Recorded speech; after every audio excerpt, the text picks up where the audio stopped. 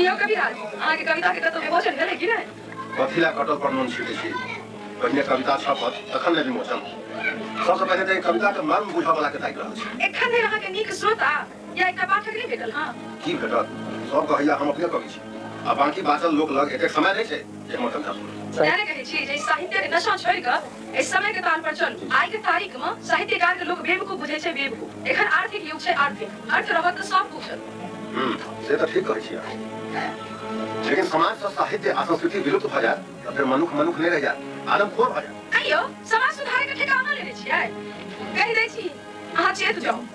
नै त एक दिन बिलख जाए ओ जखन नाम तखन एकेटा काम अपन उपदेश अहाँ अपना लग राखू बुझलोगे भले जाइ छी